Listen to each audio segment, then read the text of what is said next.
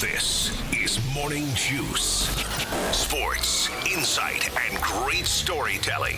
Starring Bobby Carpenter and Jeff Tito Thitoff. It's time to attack and dominate.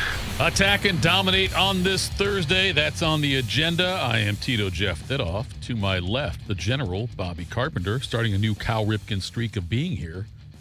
We're now number 2.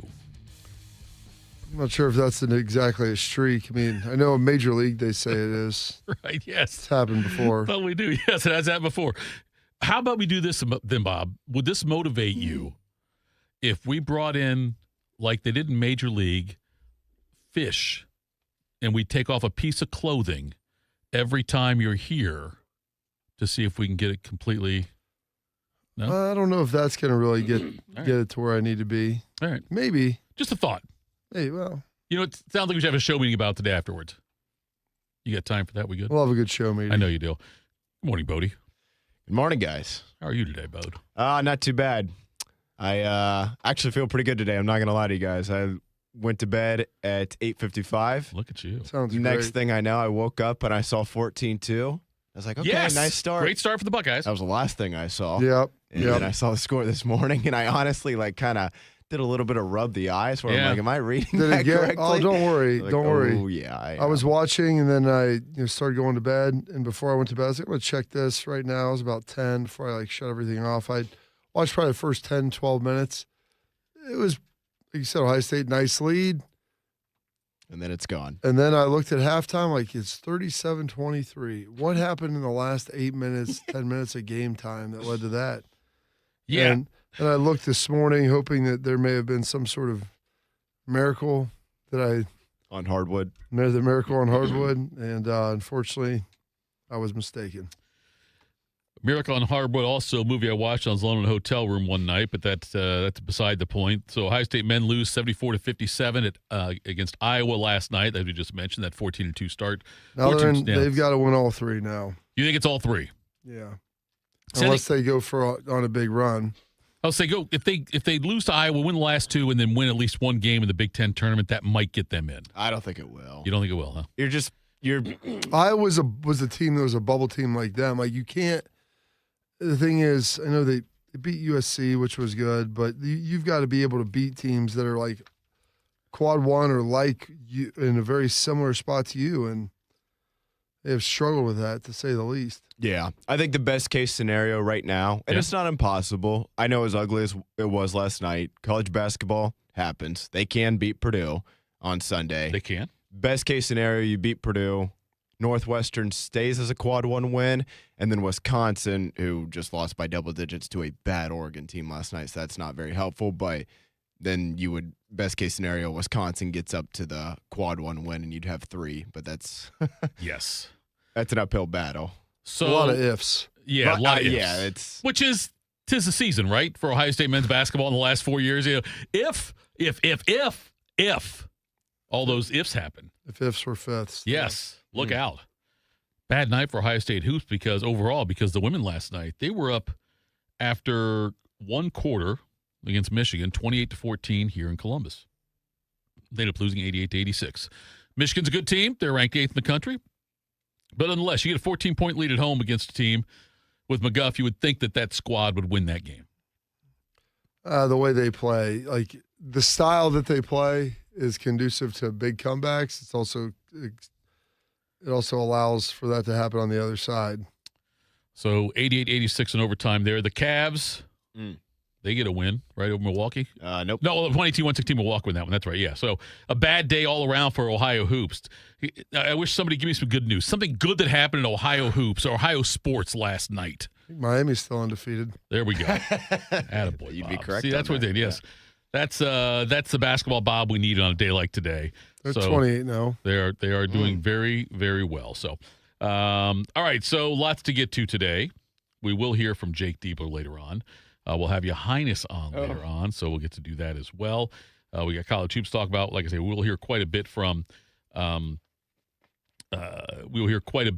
Jake Diebler and where this team is headed, what happened last night. Reluctantly, we will do that.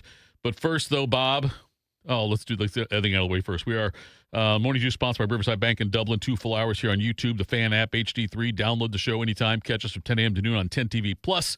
And then also, you can watch us live on Facebook. Right, Bodie? Most days on Facebook. Okay. Yep, we are live on Facebook. All right, there we go. Got to check on that one. You want to talk about an Ironman streak? I think this is third day in a row Facebook has worked. So there we go. Fish would have part of his clothing off. Yes, those shoulders would be exposed. Bob, make us smarter.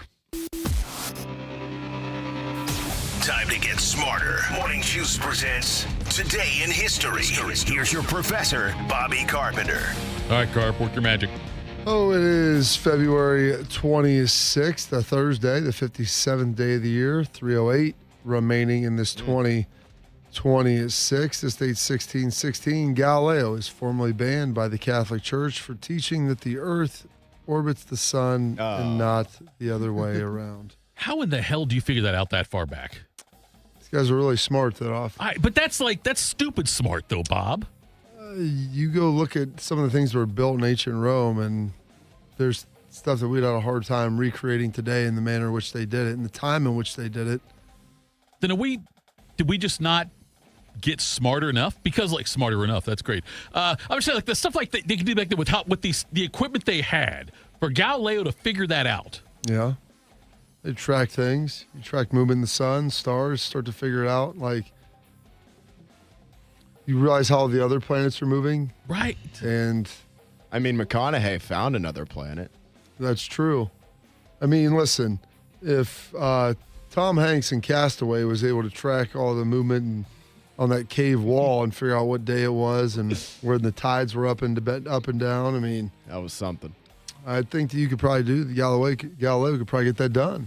What version of the iPhone did he have? Exactly. That's the problem. Oh, yeah, flip phone. Telling me we have a football team. They also said Galileo used to make his son go to school when he didn't feel well. That only because he didn't play in a tournament the weekend before, Bob, and Pinocchio wasn't on yet. Didn't play in a tournament the weekend before. This date, 1815, Napoleon escapes from Elba. Ultimately, returned one last gasp from him as he ultimately, before he's then banished one more time. This date, 1919, Calvin Coolidge signs legislation establishing Grand Canyon National Park, one of the beautiful sites that we have in the United States. President Coolio. Yeah, that's actually what he went by. Yeah. 1935, Hitler orders the reformation of the Luftwaffe. And it was a violation of the Treaty of Versailles. No one really did anything about that. It's a bad situation. Not yet. Well, nobody did anything until the Brits really started. He basically just marched through Europe and gobbled up all the land. Among other things. Yes. A few other things happened too. On the same day, the Yankees released Babe Ruth. And he's ultimately signing with the Boston Braves, which was his final franchise, I Bigger believe. news. Yes, the Boston Braves were his friend. He wanted to manage the Yankees. They wouldn't let him manage. He wanted to be a player manager. They wouldn't let him do it. So he went to Boston and had 3 home runs in one game with them. But then he was done. Did Steinbrenner tell him he couldn't do that? It was actually the other dictator from the Yankees. Yeah, not Napoleon, not Hitler. It was Steinbrenner. 1966. These Boots Are Made for Walking by Nancy Sinatra hits number 1. These boots are made for walking, and that's just what they'll do. One of these days, these boots are gonna walk all over you. There we go. That was actually covered by Jessica Simpson later. I'll be honest, until yesterday, I thought that was always Dolly Parton. For Dolly Parton? Yeah. Yeah, I mean, never knew it was Nancy Sinatra. Never even heard of Nancy Sinatra. Well, is that Frank's daughter? Daughter. Yep. That's right. I was going to say sister. Frank's daughter. Yep. The original Bronny James. The original, yes. This day, 1973, Secretary, probably the most famous horse of all time, is sold for a record $5.7 million. I believe that would have been, I guess, a year. When did the Secretary win the Derby? Was that 7? He won the Triple Crown. What is 72? Was it the year before? I think it was the year before, and then he sold, yeah. Don't you go dying on me there, buddy.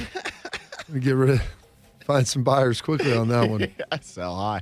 This date, 1975, The Best of My Love by the Eagles hits number 1. Too early to say. I give you the best of my love.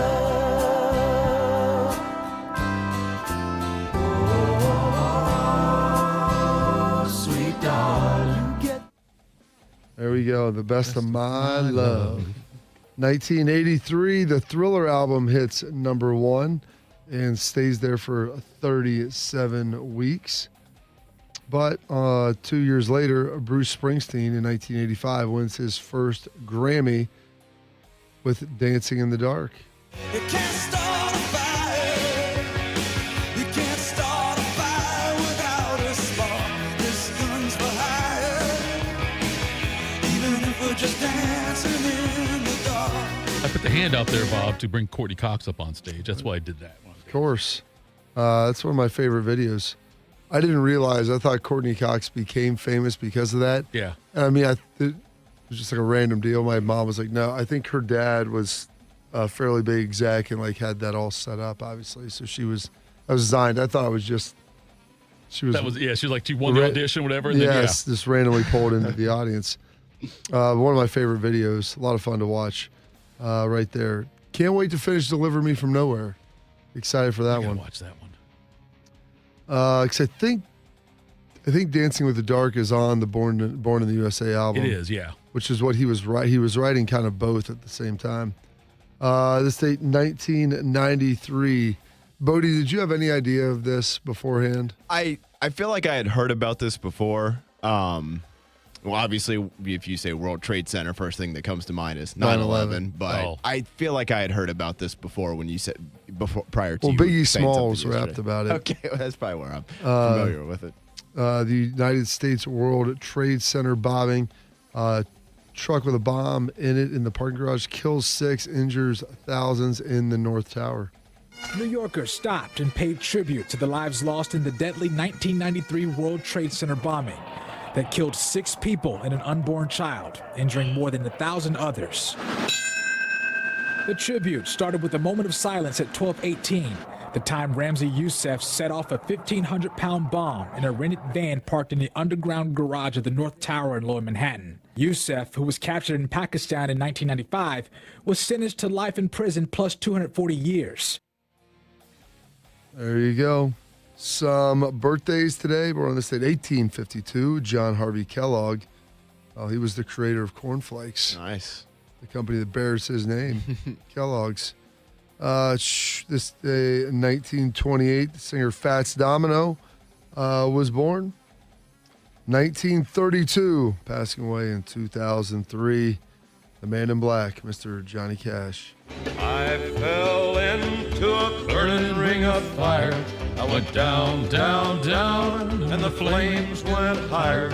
And it burns, burns, burn, the ring of fire. Another thing, Johnny, why are you always wearing all this black? You going to a funeral? Maybe I am. Did you like that movie? That was really good. I thought so too. As far as biopics go, that's one of the best. I mean, the Bohemian Rhapsody's really good. I would put Walk the Line in there. I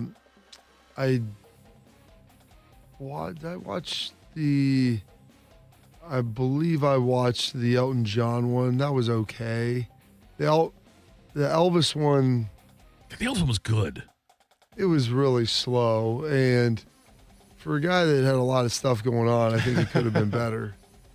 Yeah, I guess I didn't hate it, but it wasn't as good as the other two. After Bohemian Rhapsody, I had some really high expectations for some of those. Yeah. And Walk the Line, I thought, was excellent as well. Number one, you had good people. I mean, Joaquin Phoenix did a great job, but like Reese Witherspoon did a great job with June Carter in it. I mean, there was just a lot of great stuff. I find myself on Sundays watching old YouTube games on YouTube. No, that's just during the week, Bob. I was going to quiz you, by the way, about your dad. Okay, we can do that. I mean, it's a great segment, I think. Perfect. Okay, it's a segment. Anyway, I was saying on Sundays, though, Bob. Sunday mornings, I find myself when I do listen to some gospel music on Sundays, usually in the mornings when there's no kids' sports in the way. Sorry about that, God. But I listen to Johnny Cash and Elvis with their gospel music. They both had really, I love their voices, and I like their. That's how Johnny Cash got started. Yeah, I know. That's how Elvis got started too. Same way. Yeah. But I love hearing some of their renditions of various gospel music. Gospel music I wouldn't listen to if it was like a choir singing it or whatever. Or if I was sitting in church, I wouldn't care for it. But so I guess maybe it says something about me that's where I get my spiritual motivation is through Johnny Cash and Elvis Presley. There you go. It might. I think it does say something about you. Actually, It does. Born in 1950, turning 76 today, Jonathan Cain, the keyboarder and a rhythm guitarist for Journey, who's also in the Rock and Roll Hall of Fame. When the lights go down in the city and the sun shines on the bed, ooh, I wanna be there, yeah. My City. Yes. How'd you decide on that one, Bodes? Just was kind of feeling it. Okay. Yeah, deep catalog. They Tough do to have choose a very just one. yeah. but- They do have a very deep catalog. Does Journey? Yeah, I'm not saying that was right or wrong. It's just one of the that would have probably been 5 or 6 down. But listen, whatever you're feeling, right I there. mean, yeah, Don't Stop Believing's one you would think that would be the most popular because it still gets played quite a bit. Don't Oh Stop yeah, there's a Believin'. lot. I mean, they've Yeah. got lots of them. Any way you want it. Any way you want it. Who's Crying Now? Yeah, That's another really good one there's too. a lot of bangers there for you. That Lights Go Down in the City, then it like went into this other song. And I can't remember what it was called. But it was like a lot of radio stations like QF96, places like that would play the longer version. It would be like 2 songs for one. I can't think what the next same song was. Feeling That Way, I think is what it was. It might be called Feeling That Way. There you go. Turning 73 in Office Space, he's referred to as a no talent ass clown, but we call him Michael Bolton.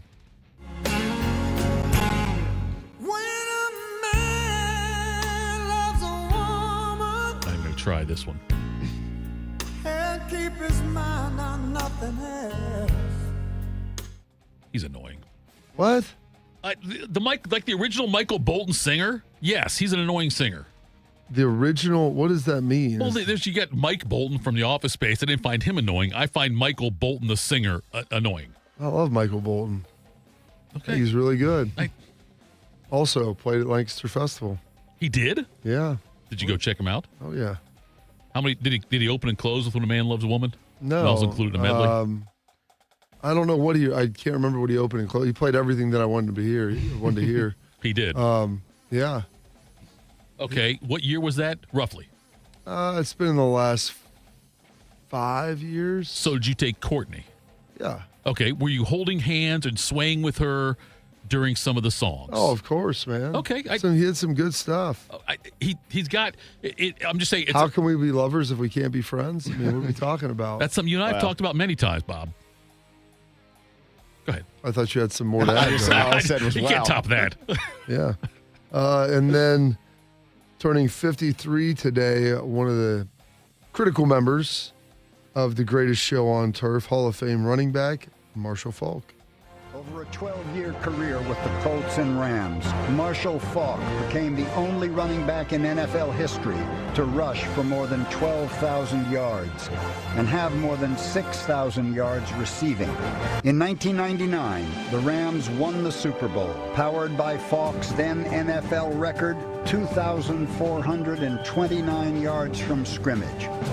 Part of an offense known as the greatest show on turf. The greatest show on turf was 3/4 Marshall Faulk. The thing about Marshall is you couldn't match up with him. We could split him out like a wide receiver, and he'd run routes like a wide receiver. He was one of the best, very, very talented. Those numbers he put up at San Diego State, and then what Barry Sanders did at Oklahoma State, like, back in the 80s, early 90s, whatever it was, I guess would have been. But like some of those running back numbers were just incredible. Yeah. I mean, LaDainian Tomlinson did similar stuff at TCU. Very good as well. Some holidays and observances. It is Carpe Diem Day. It's Carnival Day. It's National Bacon Day, which you don't love that. And National Chili Day, which is always the final Thursday in February.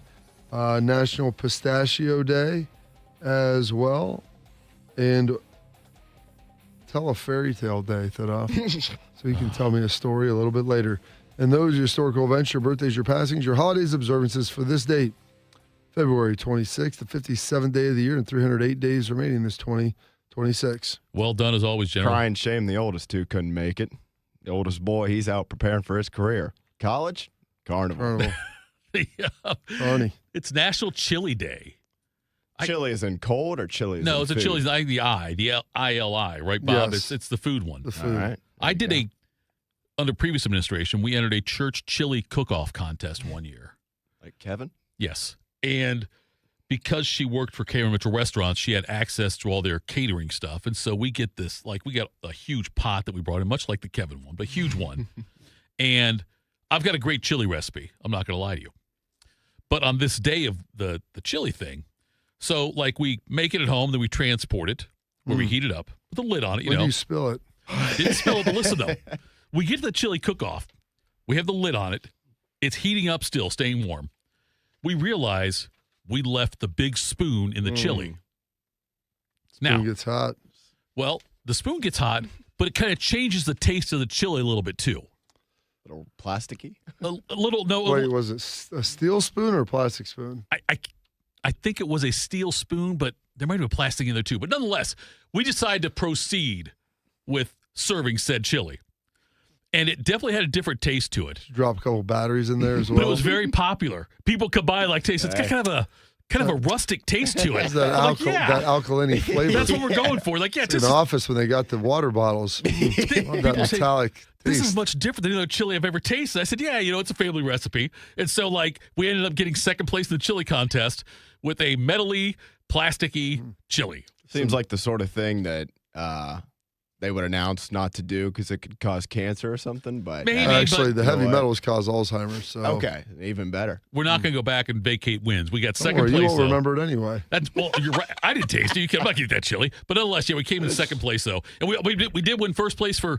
Can you get a prize for first pot emptied? And ours won that. So I've not made chili like that since then. That should just be the winner right there. I know. I mean. Of course, we overserve people. Yes, I understand. Coming up next, Ohio State basketball, tough loss yesterday. We will hear what Jake Diebler had to say afterwards. We'll do that next. Off and running, Morning Juice. What does it mean to give 100%? It means giving everything you've got, every single day. That's why the V Foundation gives 100% of every dollar donated directly to cancer research. So no matter what you give, we give 100% for life-saving research victories, 100% to making new discoveries that lead to innovative treatments, 100% to groundbreaking cancer research that could one day save someone you love. We know cancer research is working. Over the last 30 years, an estimated 4.5 million lives have been saved thanks to game-changing research breakthroughs. But there is more work to do. That's why the V Foundation gives 100% of every dollar donated directly to cancer research. We will always give 100% to accelerate victory over cancer. Don't give up. Don't ever give up. Donate today at v.org. Once there was a man who couldn't stand. A mom who couldn't wait. A scientific community that said it couldn't be done. And then you. And then I. And then we brought neuromuscular disease into screaming color with the Muscular Dystrophy Association. For 75 years, our voices have thundered through the halls of Congress. We've willed the impossible into existence. We've pushed the science, raised the funds, shifted the narrative, and transformed the reality of life with neuromuscular diseases. For 75 years, we've built communities together, established the field of neuromuscular medicine, and made it thrive. Call that a legacy. Call it impact. Call it momentum. Just call it ours. Because it's the generations of community heroes that give MDA the strength we have today. And until neuromuscular disease is a thing of the past, you couldn't stop us if you tried. Join us and celebrate 75 years of breakthroughs at MDA75.org. I always tell people I was the luckiest guy in the world. I wanted to be an Army man or a fireman, and I got to do both. As a firefighter, my job was about saving lives. I never thought one day I would be fighting for mine. After spending his career answering the call to save others, Ken was diagnosed with ALS. Now he's facing his biggest battle, for more time. For 70 years, Muscular Dystrophy Association has been answering the call to help people live longer and more independent lives. MDA means to me hope. MDA is leading the way for people living with ALS, muscular dystrophy, and other neuromuscular diseases by accelerating research, advancing care, and advocating to empower families like Ken's. I wouldn't be living as good of a life with ALS if it wasn't for MDA. MDA is helping people live stronger and love longer. Learn more at mda.org today. One man is a national champion, NFL veteran, and local business leader. The other man is Tito. This is Morning Juice. Sponsored by Riverside Bank of Dublin. Here's Bobby and Tito. All right, Bob. Last night, as we've talked about a little bit already, but Ohio State men's basketball team laid an egg. It came out fast. If the game ended after 5 minutes, we'd be talking about this team in the tournament for sure. Up 14-2. Then they weren't up 14-2 anymore. They gave up. What did I look at that in the? You don't really realize it in the present time how bad it is. But 26-3 run. Ooh, yeah. After that 14-2 open, 26-3 run the other way. Kind of offsets it pretty quickly. Yeah. Buckeyes had John Mobley Jr. back and Devin Royal, but they did not have Christoph Tilley, who was out due to a calf injury. He ended up, I guess it was one he had before, but he re-aggravated it against Michigan State. And, you know, he's averaging over 11 points, damn near 5 rebounds a game. I want to see this entire team healthy, Bob, at one time and see what they can do now. So does Diebler. Yes. Be great. He'd be a huge advocate of that. You mentioned that run. They also had a 19-1 run Iowa did as part of that, too. It was 19-1. Part of the 26-3? I believe it is, okay. Yes. I was going to say, was that separate or? When Ohio State led 14-2, Iowa went on a 35-9 run in the next 15 minutes of the first half. So, that's not what you're looking for. Ohio State did get the lead to within 10, but then Iowa went out to, they were by 21 at one point, 68-47. So Mobley and Royal both back, which is nice. But with Tilley being out, it's hard to overcome that. Ohio State made their first 5 shots, and then the next 12 minutes, they were 2 for 16 from the field. When's the good news coming? There's really not. Here is Jake Diebler talking about giving credit to Iowa's coaches and players. Yeah, I think what he's done here and what you see on film is a really connected group. And, you know, that's one of the most important things, I think, to establish in your first year. And the way they share the ball and play together is good. And we saw it on film, and then we experienced it live. Sturtz is a really good player. You know, I think he plays with great poise, and he's in elite shape. He's constantly moving and puts a lot of pressure, but those other guys stepped up in a big way for them tonight, and I think that was the difference. Bob, I don't know if you recognize the hat I am wearing. It's a Pittsburgh Steelers hat, and that's in honor of this Buckeye team. I don't even know what that means. I know. I'm telling you, Bob. It's what I'm going to expound on it. I don't know if you're going to be able to make the connection quite the way you think you will, but let's try. Okay, Bodie, you're the judge if I made the connection, all right? Yeah. No, you can be the judge on this. Last football season, you want me on that wall. Every single week, my opinion on the Steelers making the playoffs changed. They would win a big game, and then they'd give up 500 yards passing to Joe Flacco and lose a game. So they win the game like, oh, yeah, this is great. Steelers are now they're going to win the division. They're in good shape. Then they'd play bad in the game. Oh, never mind. Steelers season is over. And it went that way from it was like snip, snap from week 9 until the end of the season, until they beat the Ravens. I feel that way about this Ohio State team. Before the game last night, on yesterday's show, I was like, you know what? I like this team's chances. Yeah. And now I'm like, their season's over. But they could pull me right back in next week. That's what I think the Buckeyes this year are the Steelers from the previous NFL season. That's where my connection was. Did I make the connection, Bodie? That's fine. Whatever. Chatters, you guys back me up on this one. But, Bob, that's the way, I feel like my opinion on Ohio State, I don't have a strong opinion on it because it changes every single game. Yeah. I mean, they've been very inconsistent from times this year. And if you looked at, we talked about, they had 6 games left. Iowa was one of the games that we thought, okay, that's a winnable game that they need to win, that they were going to need to have as part of it. Now the problem is you have, Purdue, Penn State. Purdue home, at Penn State, home Indiana. The last 2 you're going to win, but you're not going to get much credit for. You should win. Need to, frankly. I mean, they're all these are must wins. But now to be able, you have to get another quality win. Iowa would have been quality. Maybe not an elite quality, but it would have been quad 1. It would have been quad 1. Now it's not a top 10 team. No, but quad 1's quad 1, baby. When you don't have very many quad 1s, you'll take a quad 1 any way you can get it. And Iowa would have been that. Yeah, we backed into the one with Northwestern because that's now officially a quad 1 win. Listen, there are going to be some that ebbs and flows up and down, but Iowa was one that was going to be a solid quad 1 win, a tournament caliber team, a team that you felt like you were kind of equal to-ish. Similar talent-wise, like you look at records, how they played. I mean, there's a lot of. I think that's fair. You know, I don't say like you could definitively make a statement over which team was like over that would have been wildly better than another. And now you're forced with probably having to run the table on the final 3 games. Bruce, go ahead. Bruce had 10, and what you saw last night, like that gives you no assurances, like confidence that they could beat that Purdue team. Now it's just a shot in the dark, hoping to get it done. Bruce Thornton took 8 shots last night. Yeah, he had 10 points. I don't think he scored in the first half. Is that correct? I'm not sure on that one. I thought I heard one of the reporters as I was listening to that press conference and cutting it up this morning with Diebler.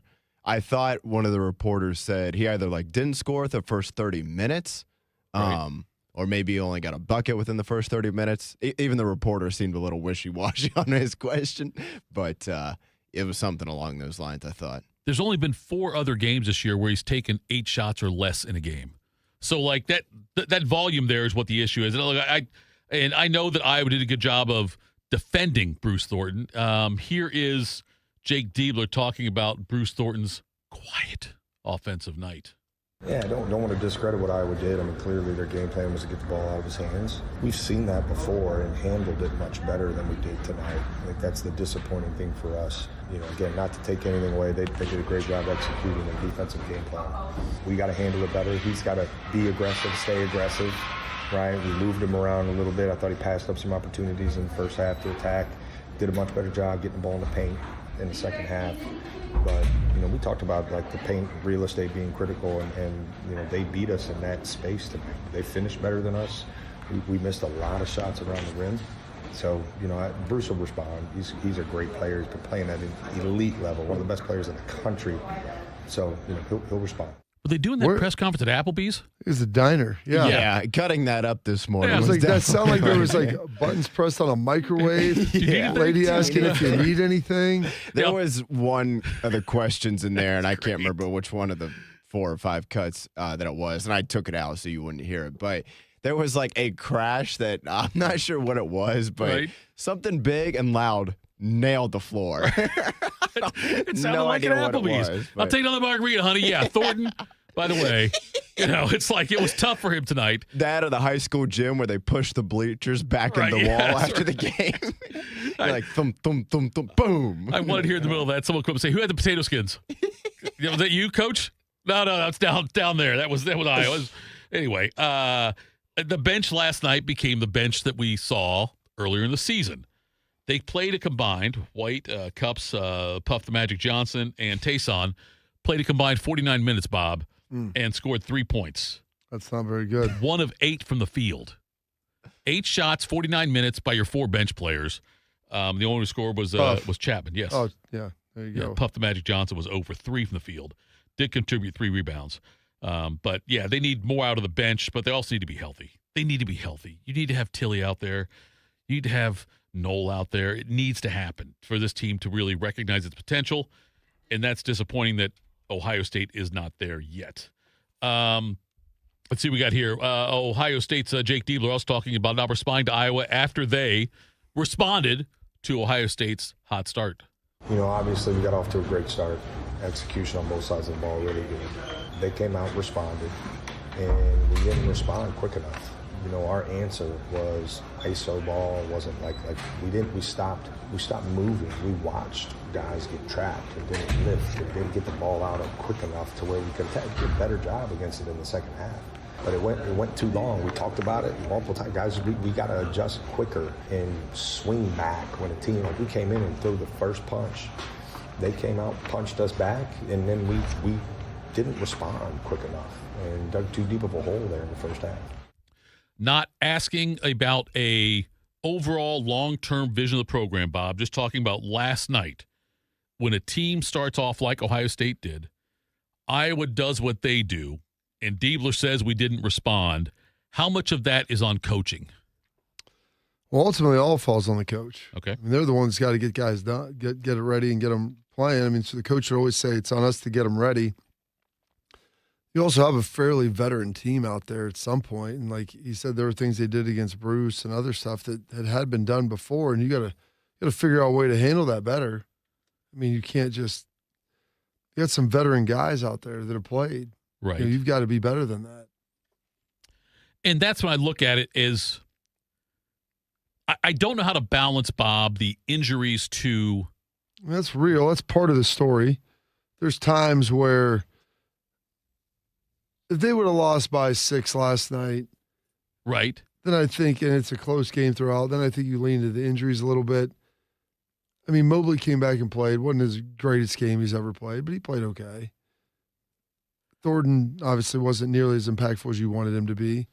But, like, I'm not going to sit there and just dump it all on the fact that this was, Mobley's first game back until he got hurt. It wasn't available. I don't know if you intentionally said 6 points because of the Michigan State game, because I gave grace to Diebler because they lost by 6 in that game, and they were no Mobley, no Royal, and so and on the road against Michigan State, I did not slam Ohio State for that loss. It's a road loss.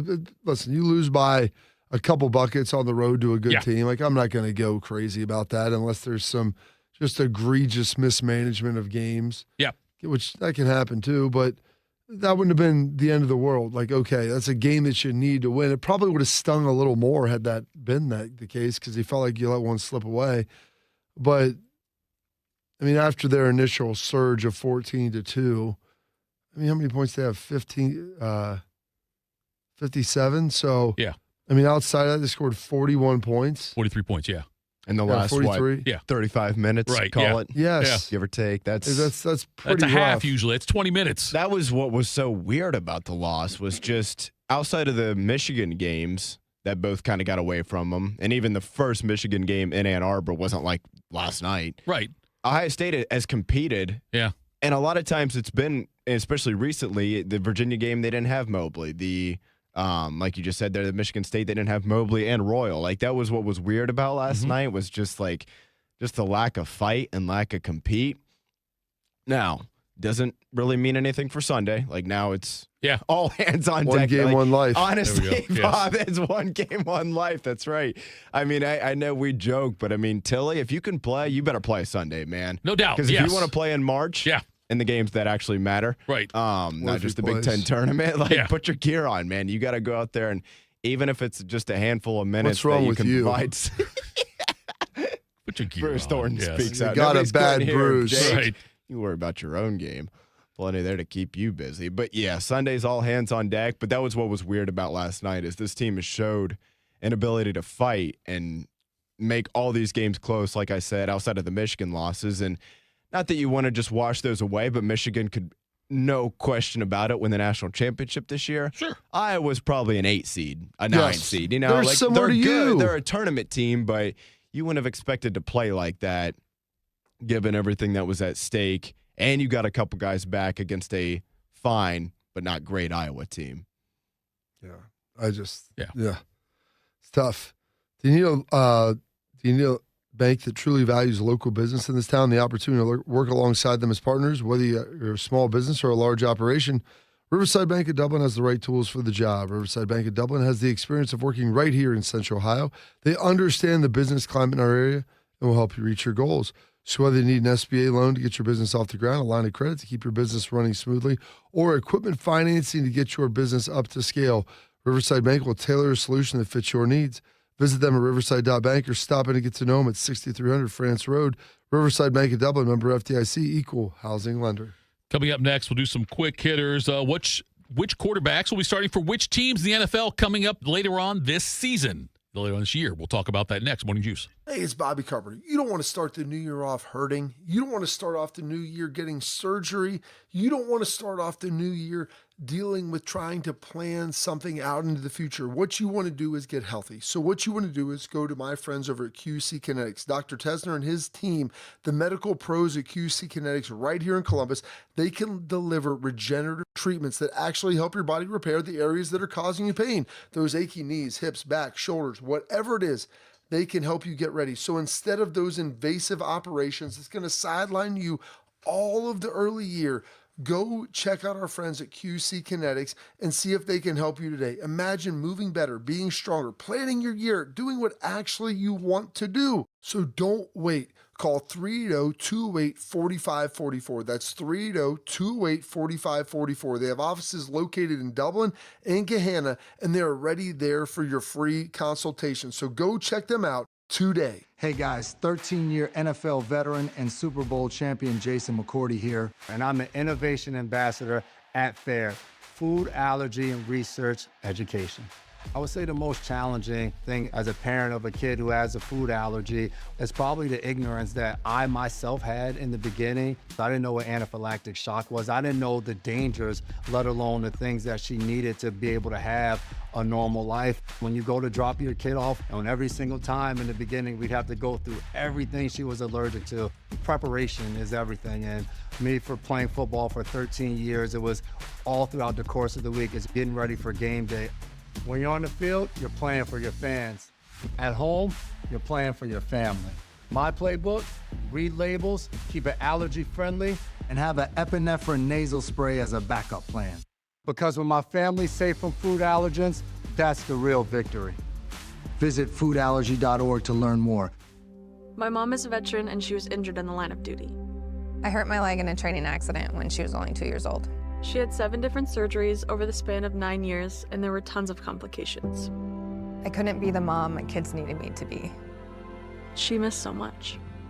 After my last surgery, I got an infection so bad I thought it was going to kill me. I told her she couldn't leave me yet. There was still so much she had to see. I hadn't even graduated. I'm doing much better now. I may have lost my leg, but I've gained so much. I'm an active part of my kids' lives. She can kick a mean soccer ball. DAV's been there for me and my family. Through thick and thin, they've had our back. Every year, DAV helps more than 1 million veterans like Sandy get the health and disability benefits they've earned so they can achieve victories great and small. My victory is getting my life back. I got my joy back. We got our mom back, thanks to DAV. Support more victories for veterans. Go to DAV.org. Bobby played for the Dallas Cowboys. Tito wears assless chaps. I'm dead sexy. You're locked into Morning Juice. Morning Juice. Bobby always shines. Sometimes I shine. This guy forever shines. It's Bodie's time. Morning Juice presents Quick Hitters. All right, fellas, happy Thursday. We'll start with this one from ESPN and the NFL. Kyler Murray, Bedford, Texas. Who do you play for? The Cleveland Browns? I ask with a question mark. Well, ESPN, they put out a story yesterday where they predicted all 32 starting quarterbacks for each NFL team for the upcoming season. And for the Browns, they had hit Cleveland, trading for Kyler Murray. Seth Walder, who wrote the story for ESPN, highlighted a few different reasons why this could happen. As he mentioned that Shedeur Sanders didn't show enough in his rookie season. He mentioned... This is the most optimistic point of view, obviously, but mentioning that Murray could be maybe the next reclamation project to revive his career elsewhere, as we've seen Baker Mayfield and Sam Darnold, among others, do that in recent years. And then last but not least, he did mention that prior to only playing in 5 games last season, he did post 2 different top 10 QBR seasons in 2 of the previous 4 years. So it's not like he's been a total mess since being drafted number 1 overall out of Oklahoma. Bobby, it would probably be a pretty low-cost move. Do you like that move potentially for the Browns? Well, his contract is significant. Now, I don't know how that would work, how much time he has left on that. I guess it is a low-risk move. what's the ceiling on it? I mean, at one time it looked like Kyler Murray had a pretty good ceiling, but he's never been able to play from the pocket all that well. He runs around a lot. I don't know that the way he plays would translate to an NFC North schedule as far as the roster or as far as the locations where you're playing, climate-wise, temperature-wise. He's always kind of been he went to Oklahoma, I guess, but that is a heck of a long way from Cleveland. You get that snow off the lake and everything else. I can't imagine him being all that good. It seems like a Band-Aid on a bullet hole, but we'll figure it out. He's got 3 years left on his contract, Bob. So it feels to me like maybe the Browns just want to have a quarterback on a bad contract after Deshaun's expires. 3 years isn't bad. No, it's not bad, but I'm just saying It's probably not guaranteed. It's probably not guaranteed money on after this year. You're probably right about that. It just got it. I know you talk about it in the article Bodie mentioned about being maybe a reclamation project, but well, yeah, it's the only project he could be right now. But I'm saying I still have confidence, Bob, in the Browns organization, Browns culture, that would happen. Of course not. What would give you confidence in that? I think I get a new coaching staff in there, so maybe that changes things a little bit. Maybe I should have more. How does that change the front office and everything else that's happened? They've changed a bunch of coaches in the last 25, 30 years. Yeah. If I'm a Browns fan, which famously I'm not anymore, or infamously I'm not anymore, I don't want Kyler Murray under center to start the season. I don't. So you'd rather have Shador or Deshaun Watson than him?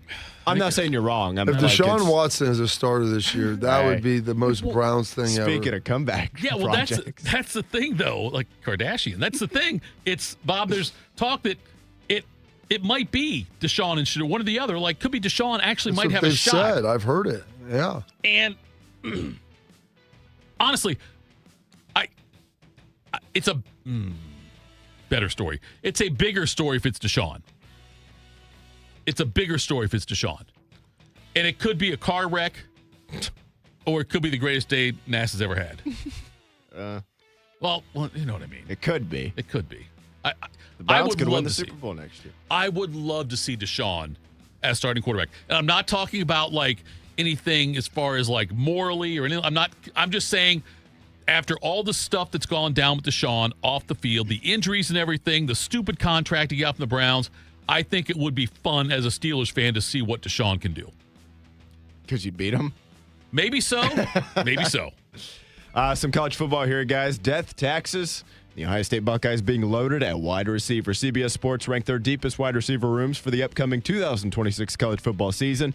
And to absolutely nobody's surprise, Ohio State not only made the list, but they were very high on it. Led by Jeremiah Smith, Brandon Ennis, and company, the Buckeyes slotted in at number 2, behind only the Texas Longhorns. Ohio State also had 3 opponents on the list of top 10. As I mentioned there, Texas at number 1, Oregon was number 4, and then the defending champion Indiana Hoosiers came in at number 6. Tito, let me ask you this. What intrigues you more, how the Buckeyes will fill out that wide receiver room around JJ, or how the Buckeyes secondary could potentially match up against 3 of what CBS Sports calls the top 6 wide receiver rooms this fall? I think it's the secondary matching up just because of the turnover that's happened. And I think that's what it is. Defensively, look, I feel like Jeremiah, Julian, I know what they're gonna do. But as far as like defensively, though, that's the big mystery. The fact Patricia's back, I love that, even though it's officially not official yet. But I want to see the defense again this year will be what draws my eyes more to Ohio State. As far as I'll be watching that more closely, which is very weird for me, Bob, because it's always been about offense with me. As far as I'm watching, so that's a video game mentality for me.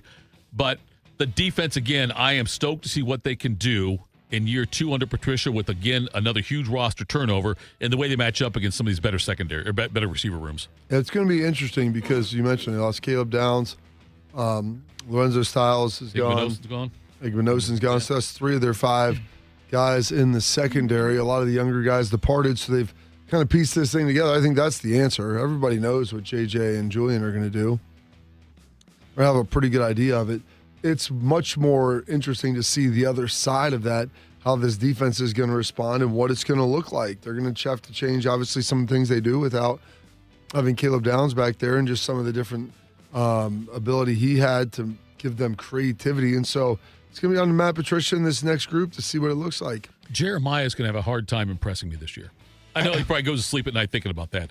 But I'm just saying, like, my expectations of him. Major worry. Yes. The expectations were so high that it's going to be very hard for him to exceed those expectations, if that makes sense.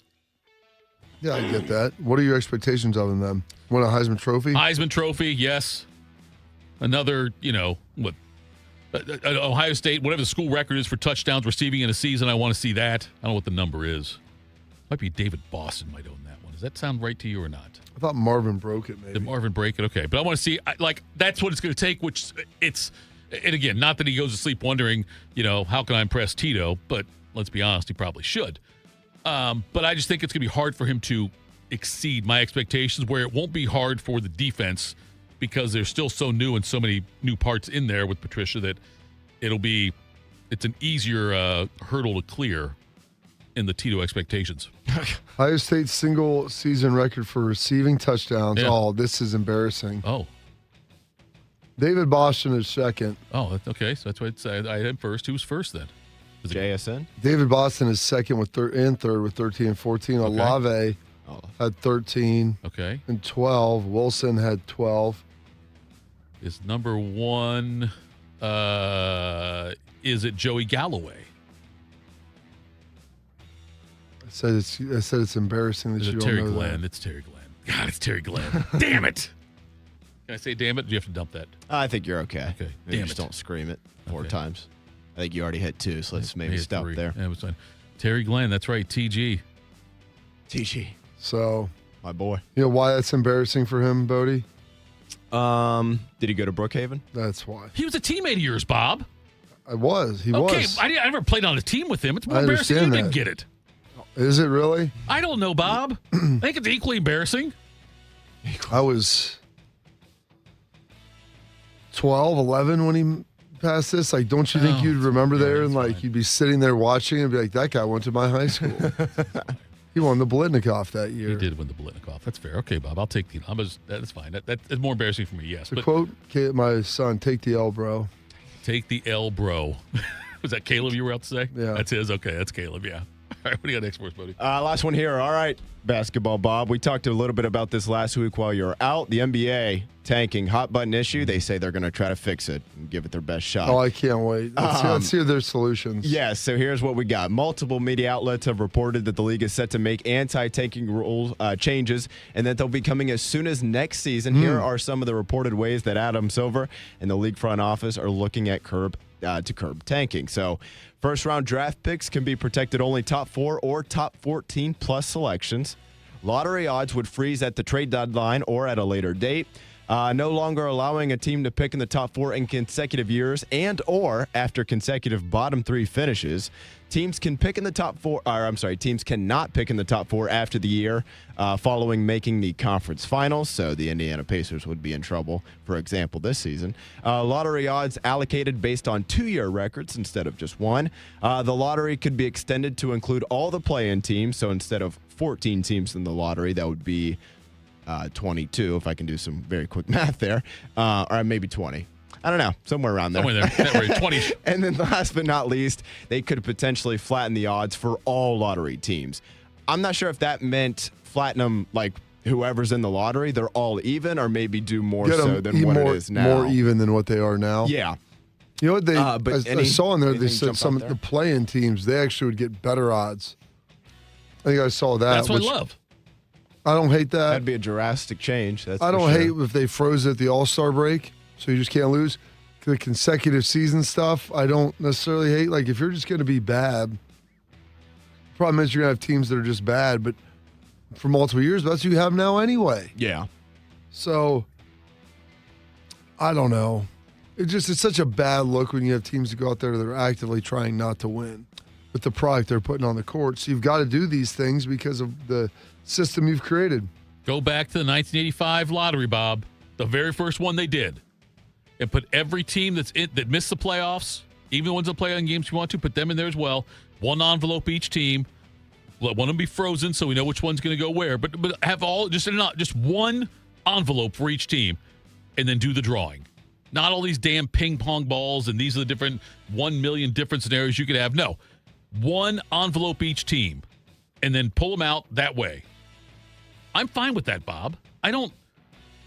Because then it's like, yeah, you still might have teams tanking to miss the playoffs or just make the play-in game to have a shot at it. There's still. always going to be teams that tank, and that's okay. Like, that's kind of like outside of maybe the NFL, I'd argue there's always kind of teams that sort of tank to different degrees. Now, I think like a sport like hockey is harder to tank, I think, because you like have to play hard. Right. You can just play basketball without playing hard. You know what I'm saying? Like, you don't have to try on defense and kill yourself to get a rebound, but you can still go out there and play at 80% and it looks okay. Sure. But yeah, I kind of, and we talked about this a little bit last week, Carp, while you were gone.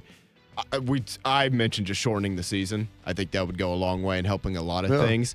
I think, though, in that same vein, stopping the lottery odds shorter in the year, like at the All-Star break, like could help that. Right. Now, on the flip side, you could say, well, a team could just say, if we know February 1st is the date, that's the cutoff line, we'll say we can just try to suck as much as we can until then. But I do like every year you always have a couple of bad teams, though, that get off to at least a decent start. You're 20 games in and you're 10-10.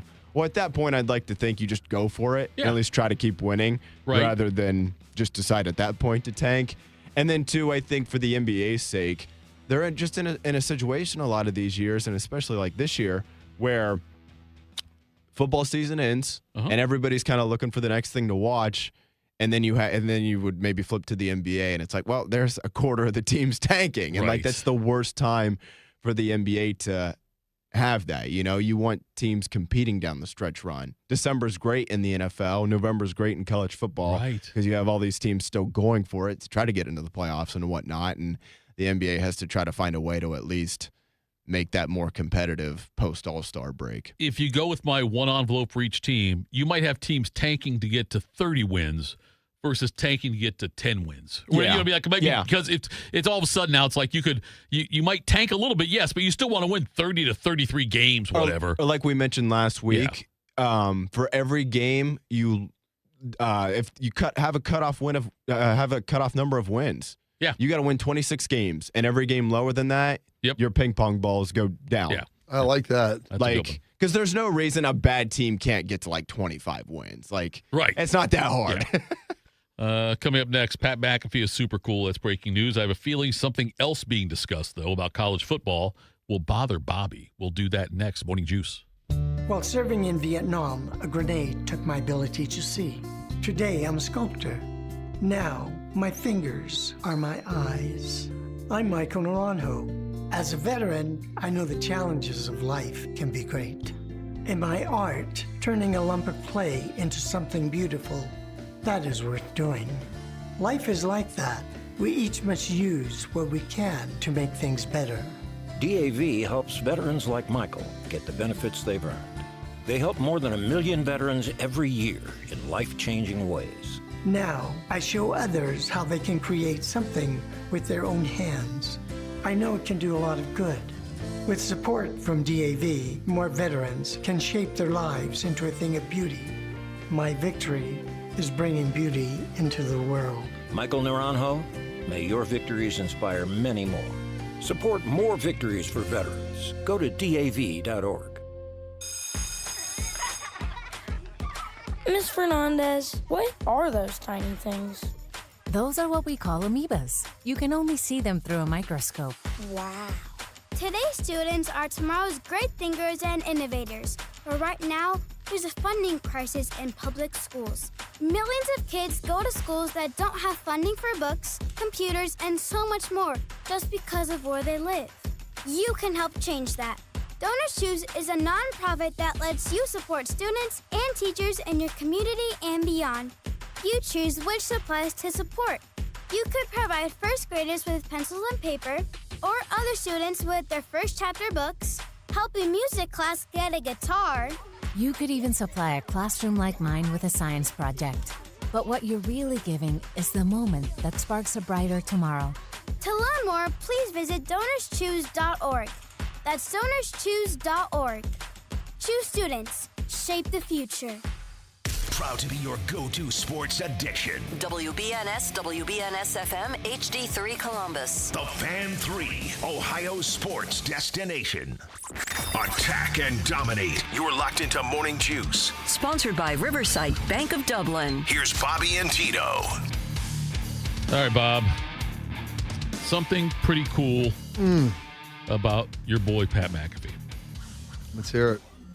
You still haven't asked him to come on the show yet, right? No, and I'm not going to. Feels like you're on the fence about it. We can talk about it in the next show meeting. McAfee, the USA men's hockey team, after winning the gold, they went out and had some fun. They ran up a pretty significant bar tab. Honestly, in this spectrum of what I thought it could have been, I think it was that high, actually. So they were down in Miami, and apparently vodka, champagne, what else? Tequila. Dame Mas tequila. Have you had Dame Mas tequila? What would you remember if you had it? Is that a particular? That's a brand, I guess. It says I didn't pronounce the champagne. Armand de Brignac champagne, or I would say Brignac. But anyway, there's some kind of vodka on here, and then Dame Mas tequila. Nonetheless, and now that I read the story, I'm glad you mentioned that. So $150,000 bar tab. McAfee picked it up, paid for it. Good for him. Yeah. I guess the Florida Panthers had a $500,000 bar tab. That was after they won their Stanley Cup. But I was going to say, yeah. 150 seems kind of paltry for Miami, given my knowledge of what things would cost there. Yeah. It's one of the higher rated markets in the U.S. if you're doing parties like that, as far as the margins on things and how much more expensive it's going to be. So I thought that 150, I mean, I have. That just must have been happy hour prices, right? Well, I mean, they could have went through more. They could have went through bigger stuff. McAfee says, thank you for representing the United States of America. Tonight, all of your drinks are on me. God, that's big. He's a great guy. I tell people that all the time. And some Yahtzee that got my mentions on X and, athletes and alcohol. What a great example. My congratulations. These guys are all 21. And I go, in all fairness, I think they're spraying most of it on the crowd. Yeah, but I don't believe, even know how much of it was actually consumed. And they probably gave some to the crowd too, right? Oh, yeah. I mean, there's somebody like, yeah, here, have one. Athletes and alcohol. It's not like, get out of here, man. So it's a celebration. Yes. I thought it was cool McAfee did that. McAfee's done a great job of. Pat wins at all the right places. That's a good way to put it. He's a showman. He knows what to do. He gets it. He also is a dude that loves the United States and loves sports, loves great stories. I mean, he loves to champion this stuff. And he's someone that'll put his money where his mouth is. A lot of people are like, oh, that's great. This and that. No, he will literally put his money where his mouth is on things and back that up. Like all the money he gives away on game day is his. I mean, people finally figured that out. Like he takes care of all the people that are involved, the people that help him out. I mean, he's in a big way. Like he's a good dude. The discussing the fixing of college football and the college ball calendar is a gift that keeps on giving. And we can further discuss that because Army head coach Jeff Monkins talked about moving the game, the Army-Navy game, to maybe Thanksgiving weekend or still having it in a standalone spot, but maybe it's where they do it so they can adjust and have the. I already said that. Put it on Thanksgiving weekend. That's a bye for everybody else. Get rid of the conference championship games. Push everything back to week 0. The season finishes the week before like it used to for the Big Ten. And then you start the playoff the week after that first weekend in December. That's like the first full week after Army and Navy would play, and then they get their own standalone, and everybody's a winner. So in your proposal there, your idea there, you're saying that Michigan-Ohio State would be the week before Thanksgiving? Yeah, everybody would finish that. Right, that's what I'm saying then.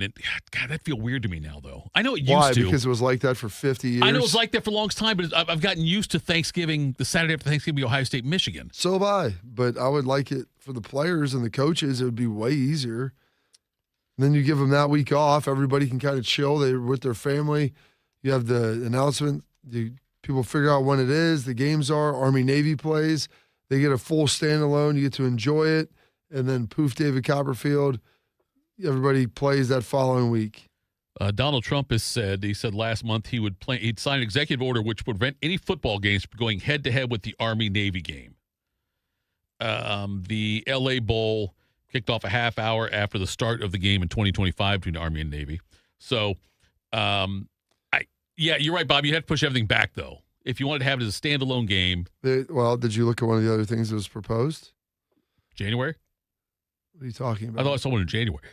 I solid saw a proposal. stage. Sorry, thank you. I saw a proposal where they would play it like if they didn't make the play, they would play it like sometime like January 1st or something, but January 2nd. Talking about the Army-Navy game? Yeah, I saw it. I'll look it up. Go ahead. Go. Well, what if they played in the playoff? Well, that would obviously change things there. I don't know if they... Because that's what you want, is something that is historical to be that fluid. No, I'm talking about the proposal that they were putting in where every team would be able to play week 0. Okay. So then that would allow for what I had just mentioned to occur. Right. Yes.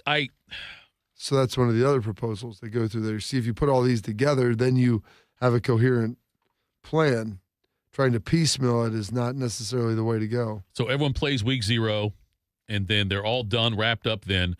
But, okay, would conference championship games still didn't happen? I just said they disappeared. You didn't listen to what I said earlier. I'm saying conference, if they don't disappear, though, if they didn't, though, if they still kept it there. I know the 2014 playoff proposal that the Big Ten has would be eliminating the conference championship games. If that doesn't go through, though, if it doesn't go to 24 and they still keep them, though, you're talking about a 2-week break then between the end of the season I don't like and conference championship games anymore. So, you liked them at first, though, right?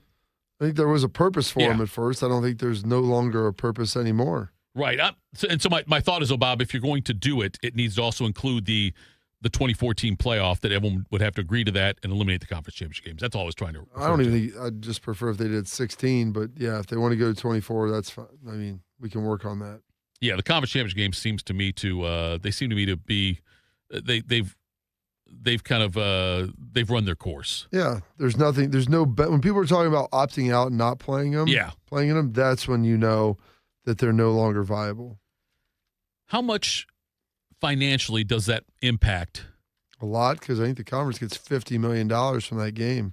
So they have to figure out how to offset that dollars. That's why they would go to the 24 team as opposed to just the 16. To make that extra money in there to offset some of the $50 million,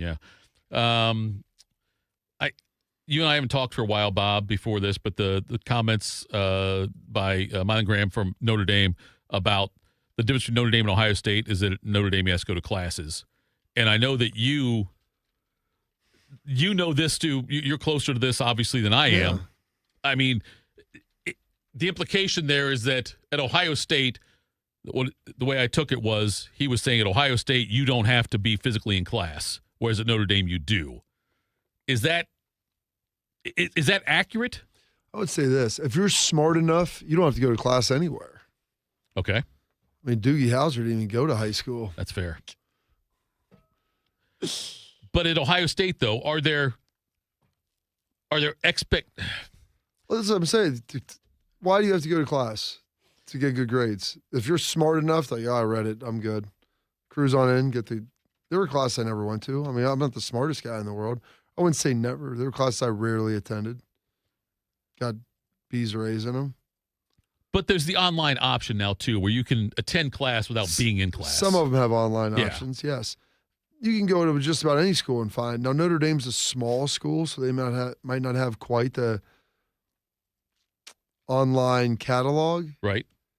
But, I mean, most schools offer some sort of online option just due to SLDS and all these different things that you have that they've got to deal with now. So to the fact that Mylan's saying I have to go to class, but nothing else is really that much different. Well, that means you're just choosing not to go to class. You took courses that were online. That was a choice that you made. Congratulations. You want a cookie? I mean, seriously, you chose not to do that. I'm not going to sit there and say, I tell guys, go take real classes. Take stuff that's hard. You can go to any university and find really easy classes. Right. I'm sure, yes. I mean, you can just take those. That's fine. Get to find the just most graduatable major you can in 4 years. That's cool. I saw an article in Athletic about revenue generated by the Big Ten schools, and Ohio State, because it says they played 8 home football games and wanted to in the college football playoff back in the previous season, generated more than $336 million in the 2025 fiscal year. $60 million clear of Michigan. Penn State generated nearly $255 million, which was $41 million more than number 4 Nebraska. At the bottom, they said Maryland reported just $124 You have anything else to add about the no class Thitoff? We just jump straight to the No, dollars? I was going to. I thought Bob, you explained it well. That's what I wanted to hear from you, because if I sit here and say I believe Ohio State players have to go to class, or at some places do, but me saying it doesn't hold the weight that you say it, because you're closer to it. Hell, you teach a class at Ohio State. Yeah, and there's students that don't go. Right, but that's your prerogative. You're the one paying to be here. Right. Yes. And I think that because whenever someone brings up Ohio State academics, Bob, okay, we'll go back to that. I think of Reggie Germany's 0.0, and I think of Cardale Jones. I didn't come here to play school. Thank Kenyon Rambo for that. Okay, but that's like that's like my initial thought on that.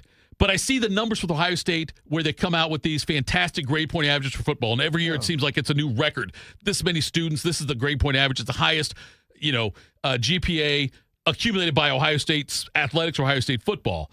And that's a big change from I didn't come here to play school in 0.0. It's a huge change from that. And because again, you're closer to the program and you'd have more knowledge of this, I'm curious, okay, then why is that? What changed from the Cardale Jones, Reggie Germany thing to now? They get smarter dudes. Is that what it is? It's just recruiting smarter guys. They get guys they're a little more selective maybe on character now. And I think college in general has just gotten easier. Okay, okay. I think college and grade inflation, all these kids come in, complain about their grades. Instead of doing better, their parents call in. Like, dude, you're 20 years old. Your parents calling on your stuff for you. Like, let's get real. I'm serious, Bodie. I did not know that was a thing. Oh, I thought that kind of stopped after high thing. school. No, it's a thing. I can't imagine calling my mom and be like, Mom, I just failed accounting. Can you call my professor and ask him to raise my grade? I did call her to tell her I know I failed, but I'd have to retake it again. Right. But I passed the second time. Listen, I had that going for me. Yeah, no, there's people's parents that call in. That's amazing. There's just a general grade inflation because everybody feels entitled to having better grades. Either way. That's not just Ohio State. Yeah. I don't give a damn what you think you're entitled to. These people are. It's crazy. Okay, That's amazing. When you were on the football team at Ohio State, compared to now, are players smarter? We had some guys that were. I'm trying to think of don't name names. Well, maybe I wasn't going to name names. Okay. We had some guys. Just give us uniform numbers. That's exactly what I was going to say. Give us uniform numbers. You don't name the names. Is the uniform number in the 20s? Oh, let's just say this. I wouldn't trust him to do my taxes. Okay. But that's what I get at, Bob. That's why I wanted to hear. I wanted to know because looking at the numbers, you would just assume that the players are smarter. I think that if you look across the board in college, yes, GPAs have generally risen. Again, that's what's called grade inflation because nobody can fail anymore. We live in a fail-free society. Right. We don't want any consequences. Consequence-free life. What do you want, Michael? I want all of the credit with none of the blame. Back in my day, Everett Golson got kicked out of school. Exactly. Granted, that was only 12 years ago. But yes. But that's, Bob, then where it is like I wondered if we use words like honor, code, and loyalty. Do you give these words? Okay, because now, Bob, when I hear as the outsider looking in, Ohio State's team grade point average, say, is 3.4, whatever it is. That's way higher than it was when I was here. Okay. When I hear that, what I want to do immediately is give credit to the culture. Yeah. Give credit to the school. Give credit to the AD. Give credit to the coaches. And just saying, okay. Support staff. Yes, all of that. They have all those things, and they're all good. Okay, but what I'm saying, Bob, when I see it, I want to give that credit, and what I'm hearing from you is maybe not as much credit. Well, they get credit. Like I just told you, they're much better than they were. Thing, though, yes. Yeah, I mean, that's just across the board. That's a society. I mean, how many trophies do kids have now versus average 30 years ago? Probably twice as many. Why? Because they get them for everything. Yes. But, okay, is the student athlete support services, are they better? Sure. Like, is there, I think we recruit a higher caliber human being now at Ohio State, which that obviously helps. Guys care a lot. Like, and honestly, like, and Ryan talks about it, if you're someone who's competitive, like you don't really like to lose at anything. Like you don't usually see guys who are great players who are just awful students, because usually they're smart enough to get it done. Right. And like how you do anything is how you do everything. So like, are you just going to be a turd over here and like elite at this? That's usually not the case. Usually you may not spend fully as much time on this, but you're invested enough to say, hey, like my grades reflect who I am as a person. So I want people thinking I'm an idiot. Best advice Michael ever gave me. Don't be an idiot. Changed my life. Don't be an idiot. Like that's really what it is. It's not that hard to get good grades. At least respectable grades. It kind of goes back to the old saying of like you have to try to fail. Yes. Okay. Like none of these, nowhere. I don't care if you're at, Notre Dame or Stanford or pick your lower level SEC school. Right. Like they don't want to kick guys out of UAB. There you go. Okay. I was thinking Alabama, but that's fine too. They don't want to kick guys out of school. Like they want them to pass. Now look, I'm sure if you went to the support staff and all the coaches and whatnot, yeah, it'd be awesome if every guy was getting a real degree, we'll say. And we know what the differences are between a real one and the basket weaving and whatnot. But, and also, you know what? Some guys too, man, why, like, I'm not saying he's a bad student, but like, and I don't know, but like, why does Jeremiah Smith need a business degree? You know what I'm saying? Sure, yeah. Like, come on, man. Like, he's going to go make more money than he could ever dream of in the NFL. Like he's like, whenever he retires from the National Football League. He's the business of scoring touchdowns. Yes. Exactly. Like, and Needs so. to be TG's record this year. Guess what? You think I care if CJ Carr's in class this fall?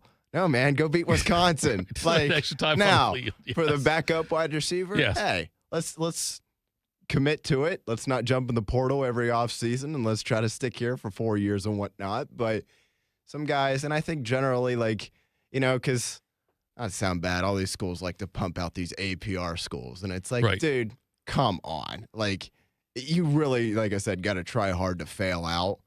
And none of these schools want that to happen. So, and isn't academic progress rate simply just staying eligible, if I'm not mistaken? I think it has. I think it's graduation too. There's like a couple things in it, but it's like that's. I think like average GPA is probably part of it, but it's not like the whole thing. Yeah, some of it's how many guys are leaving, coming, how many graduate, like ultimately pushing through. Yeah, but like if you show up as a freshman to any blue blood school and you just give a like reasonable effort, you're gonna get a degree and graduate. Yeah, and your grades, you may not be a 4.0, and what's the hardest degree out there?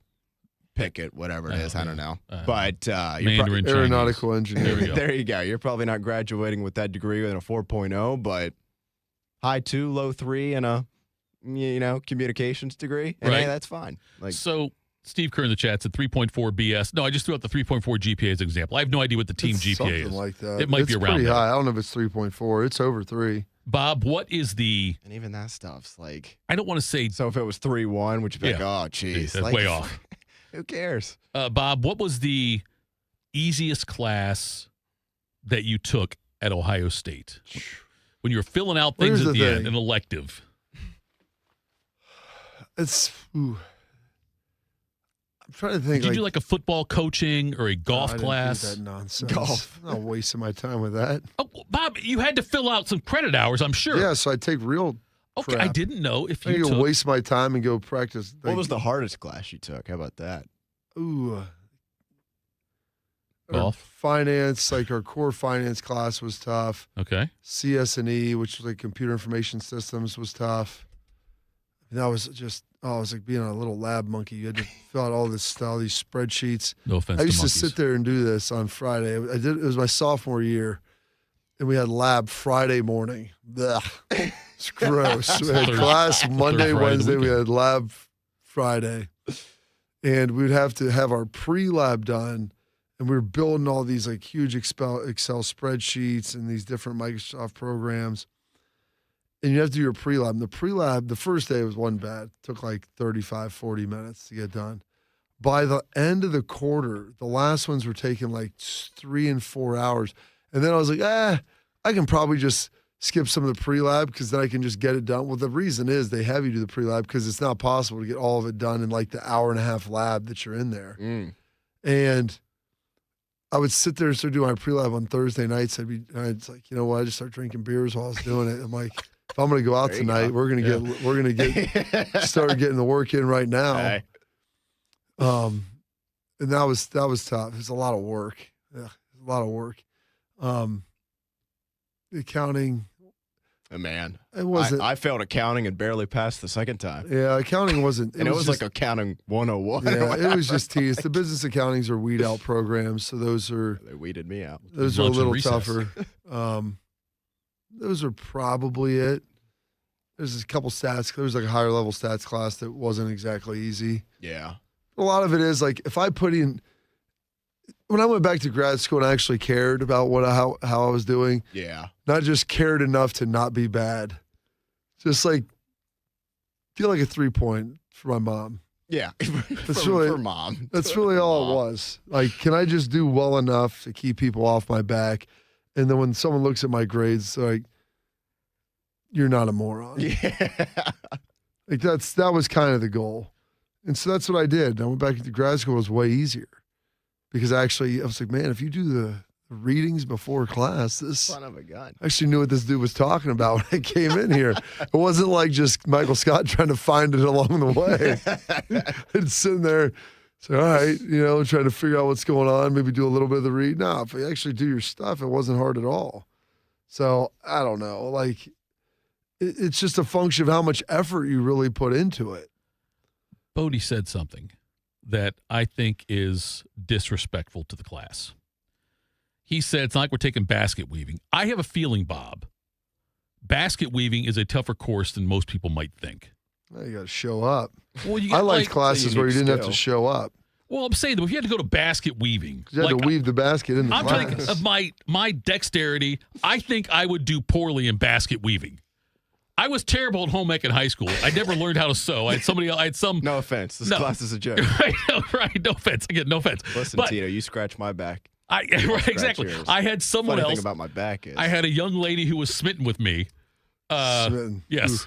Jules? And she did I feel bad for her. She made the T-shirt, or what I think was a shirt we had to make in home ec, and she made mine for me. So to this day, I don't know how to sew. I got a C in the class nonetheless. But fast. By the way, 8th grade, we got busted in home ec for trying to sneak a little bit of laxative into somebody else's cookie recipe. Just to show you how stupid we were. First of all, we were stupid for doing that. Secondly, we were stupid because we used this one that was pink. So it obviously shows up in there. Out. That's pretty dumb, yeah. So that shows how stupid we were in the 8th grade. But nonetheless, I think basket weaving, getting back to the point, I think basket weaving is a tougher course than it gets credit for being. You might be right. I don't know. I wouldn't be able to tell you. I mean, remember, there's I think classes. It might depend on the professor. Right, but there's classes on football coaching, basketball coaching. There's golf classes, things you can take that I think would be much easier than basket weaving. There's a skydiving class you could take. I wish I would have taken that one. That. That's a pass-fail, but it's a hard fail, though. I'll tell you that much. Yeah. I mean, if you made it through the end, you passed. If you didn't, then you failed. That's all that was on that one. All right, coming up next, I want to talk two things that Bobby loves, load management and load management. We will do that and put on the Underhill's Bill next. This is Morning Juice. It's truck season at Germain Toyota, and the deals are about as tough as the trucks. Get into a new 2026 Toyota Tundra with 299% financing for up to 72 months plus $1,000 in Toyota Financial Services finance cash, or lease a 2026 Tacoma SR5 for just $289 a month for 39 months, 10,000 miles per year, and $36.99 due at signing. Power, reliability, and offers that work as hard as you do. Visit Germain Toyota on the corner of I-70 and Bryce Road, or check them out online at germaintoyota.net. You served behind the desk. You served in combat. You did 4 years and got out. You were drafted. You gave 20 years. You gave exactly what your country needed. And so did you. When you raised your hand and swore an oath to your country, when you put your name on a dotted line, you became part of only 1% of Americans who did the same. You are a veteran. You are a veteran. You are a veteran. Because no matter when, where, or how you served, you made a sacrifice for your country, and you deserve support. If you're struggling with life after service, don't wait. Reach out. Reach out to a loved one, to a fellow veteran, to VA. Find resources at va.gov/reach. Brought to you by the United States Department of Veterans Affairs and the Ad Council. Around the world, Children International and friends like you are giving children in poverty a chance to grow and thrive, to be healthy, to succeed in school, and achieve great things. How do we do it? In the best way possible, by helping ensure access to healthcare, nutrition, and educational opportunities. And most importantly, by empowering youths and their families to get out of poverty and into employment through life skills, computer, and job training. The very tools they need to break the cycle of poverty and build futures full of promise. Because every child deserves a chance to realize their full and best potential. Learn more about how Children International is empowering children and families by going to children.org today. That's children.org. Wounded Warrior Project helps post 9/11 veterans and their families realize what's possible. With support and resources that bring warriors together and empower them to become stronger, both inside and out. It's possible to begin healing. To get the help you need. To find peace. And as each warrior's needs evolve, so do we. Because these last 20 years are just the beginning. Learn more at woundedwarriorproject.org/possible. Attack and dominate. You're locked into Morning Juice. Sponsored by Riverside Bank of Dublin. Here's Bobby and Tito. All right, Bob. NHL standings right now. Jackets getting ready to play a big game against Boston. Then they play the Islanders. A couple teams they're looking up at in the standings by 4 points. That's their next 2 games. Big 2 games coming up for the Jackets. I feel like hockey's been done for like 2 years right now. The Pittsburgh Penguins are currently second in the Metro with 70 points. They're 1 point ahead of the Islanders, 5 points ahead of the Jackets. They will not have Sidney Crosby for at least the next 4 weeks. Do you know why? He's recovering from Canada's loss in the gold medal. He got hurt in the Olympics. Okay. Emotionally or? Nope, he was physically injured in the Olympics. And this supports my argument. Why? Because if you're a Penguins fan right now and you miss the playoffs because Sidney Crosby misses 4 weeks because he got hurt playing Olympic hockey, wouldn't that bother you as a Penguins fan? It would not. If Werenski goes out and gets hurt in the Olympics. Wouldn't have bothered me at all. And the Jackets end up missing the playoffs because of it. What team do you play for? I understand that, Bob. I'm just, I love the Olympic experience. But there's so much money invested in these teams by not only the owners, but also by the fans. Do you know what the Olympics did for the NHL hockey?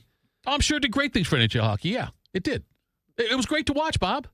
I mean, it popularized it and brought more eyeballs to it than anything else they could have done. But there's the trade-off of it, of things like this. Yeah. You can get hurt doing anything. I know you can, but you're more likely to get hurt playing hockey than you are doing a radio show. Fair? I don't know. Diabetes is a silent killer. It's a silent killer, no doubt. Hey, I haven't seen anybody. I know there's people that have died playing hockey, but I haven't met any of them. I know a lot of people that have died of diabetes complications. It feels personal now, but I'm going to beat it. But Bob, so I just the Crosby thing though. Like as a Penguins fan, I'd be bothered by that. I'm going to do it. Yes, that it's okay. You can be as bothered by it as you want. It's all right. I guarantee you, he doesn't regret it, and I bet most of the Pittsburgh fans aren't that mad. I don't know. If you're something like you're a season ticket holder for the Penguins, and I get it. That's all part of it, though. It's the international competition. Okay, so they struggle a little more. First of all, he's about 47 years old. He's not young. So maybe he should have been playing in the first place. Well, that's another debate. Was he even one of the best for him. A big debate in the NBA is about the load management thing and the way the NBA has tried to curb it by saying you have to play at least bigger issue for the NBA, tanking or load management. That's tanking. There's your poll question, Bodie. Bobby's doing your job for you. Yeah. But 60, if you don't play in 65 games, you're not eligible for any postseason awards. You can't be first, second, third team All-NBA. You can't win the MVP. Well, that matters. So that matters more than just awards because being first, second, third team NBA goes into being able to get your Supermax deals and all that stuff. There's been a lot of debate about, this is not fair because looking at the MVP race, like if Joker misses one more game, he's not eligible to win it. And he's probably having the best season in the NBA this year. All right. And I think it was SGA the other. SGA's the other one's like that could also do it. Another one of the best players in the NBA, which means that the MVP might not really go to the MVP because of that. Well, what do we define as, you know what, I'd say playing should be a big part of that. Probably the most important ability is availability. Yeah. So, do you know how many times since 1977-78 NBA season a player has won MVP playing less than 65 games? And I'm not talking COVID year or strike years where there's abbreviated seasons. When it's been a full 82-game season, how many times since 1977-78 has the MVP played less than 65 games? I'd guess one or two. Well, Jordan is guys, 0. Yeah, guys didn't used to load manage the way they do today. Mm-hmm. We've had this rule in effect for a handful of years now, and I would just guess more often than not 20 years ago when Kobe Bryant won MVP or whatever, I would guess he played 70-plus games. Kobe played 82. Okay, well, there you go. In the 07-08 season, he played 82 games. All 82. Lost in the finals, though. Yes, he did. We know that very well. No one since Bill Walton in 70-78 has played less than 65 games and won the MVP, other than the strike years. So I don't even like the big debate about, it's unfair to do it this way. Why make it 65, whatever. No one's – it seems like that should be a non-issue. Because, like I say, the availability thing, yes, Bob, true. But, if you can't play 65 games, and maybe you don't deserve to be the MVP. Yeah. I mean, you don't see guys winning MVP in the NFL that play 12 games. Yeah. And I would say, I understand the point on that because you could argue the voters would just factor that in. Right. And if a guy played 61 games, it's like, well, how could he be the MVP if he missed that many games? Right. But I don't know. The NBA was trying to help fix load management issues, which has been a big deal, and most of the people have kind of been bitching about that, frankly. Yeah. And I understand why, but I also don't think we can go back and say, well, you can't have it both ways, man. I know. You know what I'm saying? And I know, you, Tito, are not, complaining about it per se, but I do feel like some people want to complain and be like, why do these guys always sit? And then Jokic misses 20 games. And, hey, man, most of his games missed this year Legit because his injuries. knee got rolled up on. So I don't really blame him too much. He hasn't been Kawhi Leonard, right? We'll say, as a recent example of a guy who, misses a lot of time and maybe not always directly just due to an actual injury. But Kawhi sits out a lot. Yeah, he does. Yeah, he's missed. I heard something Most of the clips I see of him sitting on the bench. Yes. I heard something the other day. I think it was Bill Simmons talking about this, and he said, I can't remember the number of games it was, but the total number of games Kawhi's played in his career. Yeah. And my jaw hit the floor when I heard it because I was like, that cannot be right. The guy's been in the league since 2014. Yeah. And it's no, he averages 50 games a year. Right. And granted, we did have the COVID year and then the year following COVID, which was also shortened. But Giannis played 63 in the COVID year. That was most of the year. Yeah. I think, right? I think they played 66 games. That's what I thought it was too. Yeah. But it's kind of like the tanking stuff. There's no perfect solution, but I think you have to give the league credit for trying to fix what is a clear issue. Yeah. It's the problem, though, I have with it. The only time I have a problem is because if it's legit injury or legit because you're old. Steph Curry, I get Steph Curry not playing sometimes back-to-backs. I get it. Yeah. You know what I mean? And he's not going to win MVP, but he's probably an all-NBA team I get LeBron sometimes not playing back-to-backs. These guys are old. But what I don't like is when you see the guys who are in their early 20s who are just sitting out because of the load management reason. Night off, Yeah, night off. But yeah, it feels to me like a little PTO. Yeah, if you want to sit naked on the couch and watch Pinocchio with your mom, have at it. Load management, Bob. It's just one game. He's smart enough to have to go to class. He was okay. Coming up next, Ya Highness will join us, and we'll also do What's Got You Juice. That's next, Morning Juice. Hey, it's Bobby Carpenter. You don't want to start the new year off hurting. You don't want to start off the new year getting surgery. You don't want to start off the new year dealing with trying to plan something out into the future. What you want to do is get healthy. So what you want to do is go to my friends over at QC Kinetics. Dr. Tesner and his team, the medical pros at QC Kinetics right here in Columbus, they can deliver regenerative treatments that actually help your body repair the areas that are causing you pain. Those achy knees, hips, back, shoulders, whatever it is, they can help you get ready. So instead of those invasive operations, it's going to sideline you all of the early year. Go check out our friends at QC Kinetics and see if they can help you today. Imagine moving better, being stronger, planning your year, doing what actually you want to do. So don't wait. Call 380-208-4544. That's 380-208-4544. They have offices located in Dublin and Gahanna, and they are ready there for your free consultation. So go check them out today. You know what hope is? Hope is action. Carving a path forward, even when it's hard.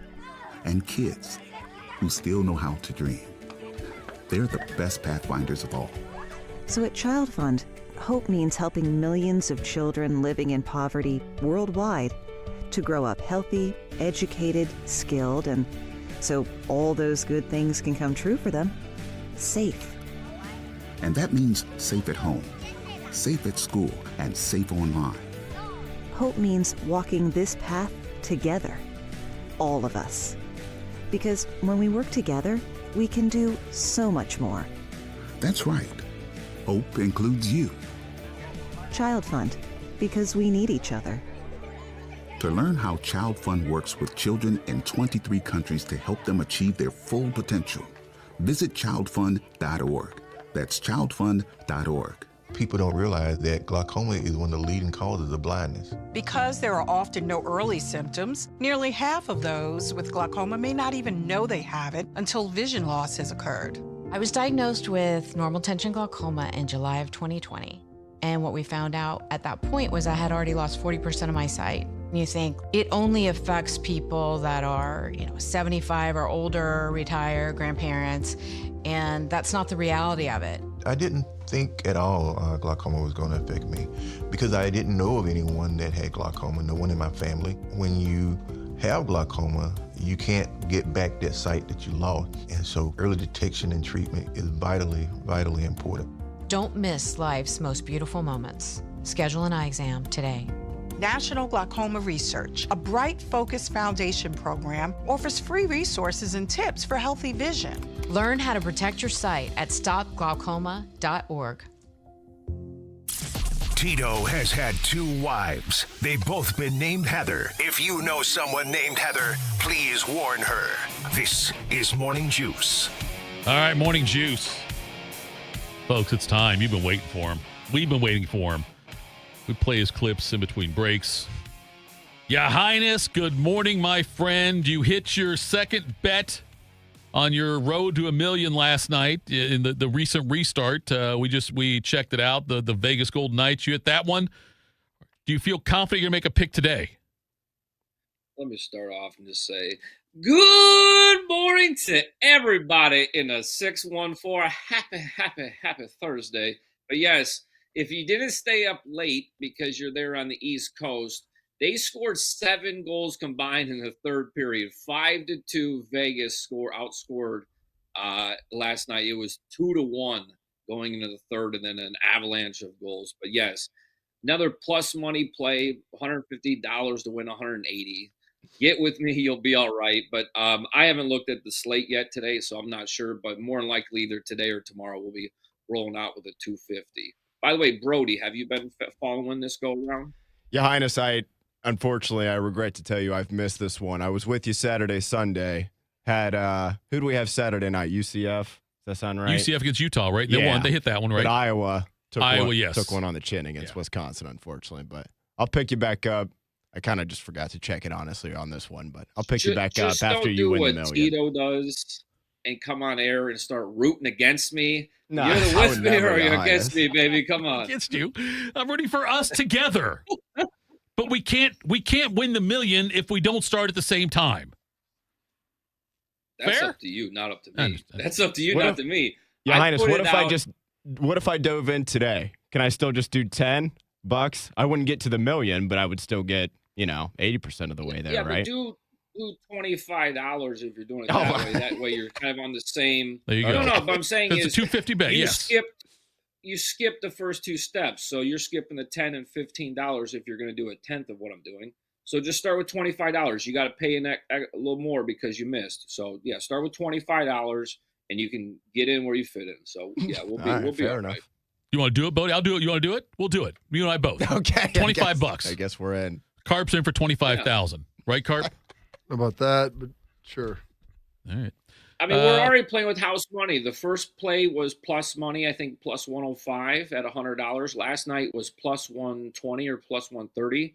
So that paid 180 something. So we're on question 3 and we're already using house money. So I love it. March Madness coming up here shortly. It's a lot of opportunities to make bets and make money there. By the time we talk next week, we will be well into March. Do you have some things that you are looking at as far as getting ready for the tournament or getting ready just for the month of March in general in college basketball? Yeah, I have 3 little tidbits here or factoids for you folks at home, all March conference tournament related things. So let me rip through them real quick. Number 1, in the first round of the March Madness tournament, double-digit dogs, right? So you're getting like a 4 versus 13. There's some of these longer matchups. The dog actually covers just short of 55% of the time against the spread. The 12 versus 5 matchup that everybody loves over the last 25 years, the 12 seed has won outright 35% of the time. So if there's 4 of those matchups, you should expect 112 to the upset of 5. And then look for a lot of these 15 and 16 seeds that have big spreads, but to cover late. You won't see a lot of teams trying to stretch it out in the first round. Let's say if you have a team like Duke playing a 16 seed and they're up 35 points with 5 minutes left, they're going to sit some guys. You might see some opportunities for some backdoor covers. What do we also got? Go ahead, Bobby. No, go for it. I was just going to keep ripping. Go ahead. If you have a question, please. No, I'm sorry. I thought you were finished. I've got some more stuff. I want to hear what you got to say, Coach. My man, get that man a cup of Joe. He's dragging. All right, number 2, we got the third meeting. This is for conference tournaments. If you have a team where they played each other twice during the regular season and one team won both matchups, so the third matchup, the team that did the sweeping or won the first 2 matchup only actually covers against the spread about 47-ish% of the time. But here's the real thing you want to pay attention to, the under. Look for a lot of unders in these conference tournaments, about 54 roughly percent of the time on that. Bobby, you have a question now. No, I was going to ask about that third meeting when you see those rematches that sometimes come up in the conference tournament, but you answered my question, Coach. There are certain things within, people like to put futures bets down for who's going to win the championship and whatnot. Obviously, if you do it before the season starts, you get different odds than you would when you get into March Madness. But are there certain things that are pretty consistent when you're trying to decide where to put your money on a futures NCAA championship winner?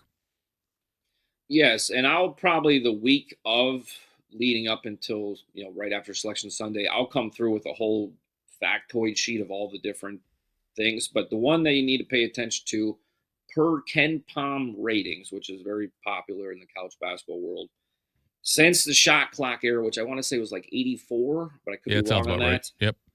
92% of the national championship teams were top 25 in defense and top 25 in offensive efficiency per Ken Pom, which is a pretty popular college basketball. They were top 25 in both of those? Both of those teams, okay. Yeah. And if you want to get really into it, and they don't use this anymore, but it's like the RPI ranking. Every national champion, it's like 80-some% of the national championships since shot clock have been a preseason top 5 RPI, which is a little weird thing in there, but it eliminates a lot of teams. Most years I can narrow it down to about 2 or 3 teams that are actually going to win it all. While I'm not perfect on it, more times than not, we're spot on there. There's a couple little weird things. I think Florida the other year that they won, I didn't have, but yeah, it's pretty consistent. So I know you're always transparent with your picks and your successes, and sometimes when you have not hit on certain games. I'm curious, just from looking at, I say curious, Bodie, thank you. Looking at what you've done recently, though, from what I've followed, you've had a pretty good run the last month or so. I've had a pretty good year so far.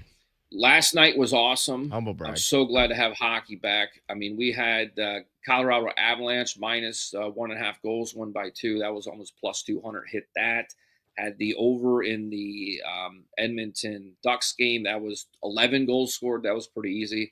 And then obviously, if you followed the free play, we were on the Vegas Golden Knights money line. So clean sweep hockey, love it.